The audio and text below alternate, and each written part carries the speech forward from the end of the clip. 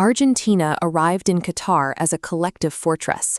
Their defensive structure operated as a synchronized unit, presenting a front so organized that they entered the tournament looking practically impenetrable.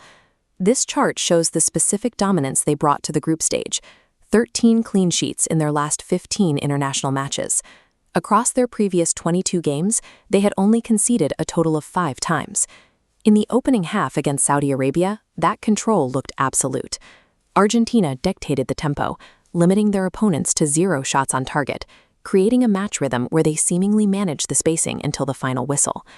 But at the highest level of the sport, defensive stability is a fragile psychological state.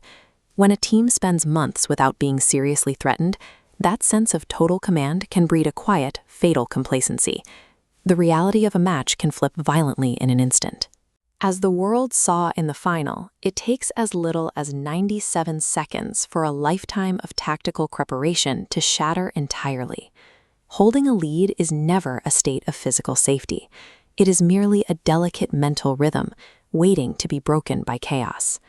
When a defending team expects a specific sequence of events, they brace for it. Defying that collective expectation in the dying moments of a match instantly neutralizes weeks of prepared tactics. This schematic illustrates the setup for the Netherlands' free kick against Argentina in the 101st minute.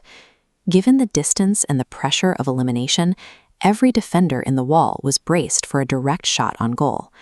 Instead of shooting, the Netherlands rolled a short pass directly into the feet of Wout Weghorst. The ball bypassed the entire Argentine defensive structure by slipping underneath the exact space where the defenders were preparing to jump. The Argentine players froze. In a fraction of a second, the realization hit that their defensive alignment had been rendered irrelevant by a single creative choice. The element of surprise strips a team of their pedigree. It bypasses rehearsed systems and forces elite defenders into a panic, where communication immediately collapses. There is a recurring pattern in tournament football. A team is never more vulnerable than in the moments right after they have scored a goal. Look at Ecuador's match against Senegal. After struggling for 70 minutes, they finally forced a set-piece equalizer through Moises Caicedo. The emotional and physical effort required to get that goal was immense. But the high of scoring often triggers a fatal drop in defensive concentration. As the adrenaline peaks, the collective focus wavers, as players subconsciously believe the hardest part of the job is over. Senegal's Kalidou Koulibaly sensed that lapse.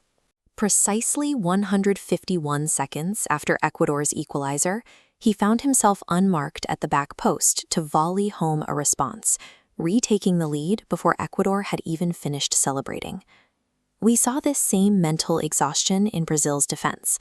After a half of total control, they became dozy in the box, allowing Cameroon's Vincent Aboubakar to drift off his man and punish a momentary lapse with a clinical header. As we saw with Ecuador in Brazil, physical fatigue isn't the primary enemy. The collapse happens in the brief window where a team stops active defending and starts watching the ball, surrendering the mental edge they worked so hard to gain. When one unexpected blow lands, it can trigger the avalanche, a phenomenon where a single goal completely overwhelms an opponent's psychological footing, leading to a rapid-fire collapse. Saudi Arabia executed this perfectly. After equalizing early in the second half, they didn't let Argentina breathe. Within 5 minutes, they struck again, and that legendary Argentine lead evaporated before the favorites could even process the first goal. South Korea engineered a similar avalanche against Ghana. Trailing by 2, Cho Gu-sung scored twice in just 3 minutes. It was a sudden tidal wave of momentum that defied the previous 80 minutes of play. But the ultimate, most brutal example of the Avalanche Effect happened in the World Cup final between France and Argentina.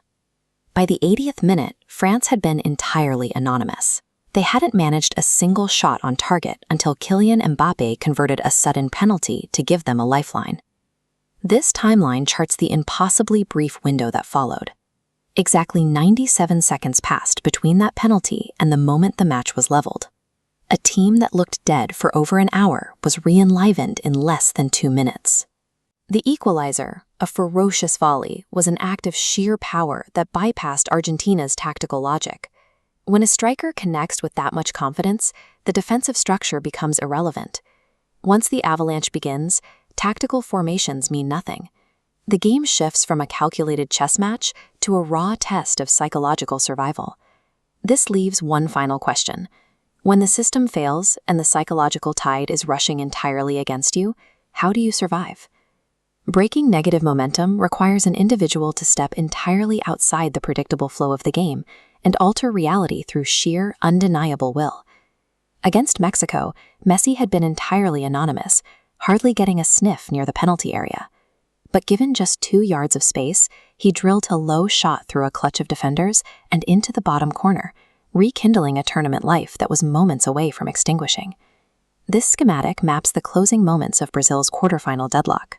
Neymar broke the tension by navigating a crowded box with raw poise, rounding the goalkeeper to equal the 77-goal national record when the tactical system had reached a stalemate. Tactical systems provide the foundation and the illusion of control, but true greatness in the World Cup is ultimately defined by the icons who can single-handedly rewrite reality the moment that chaos takes over.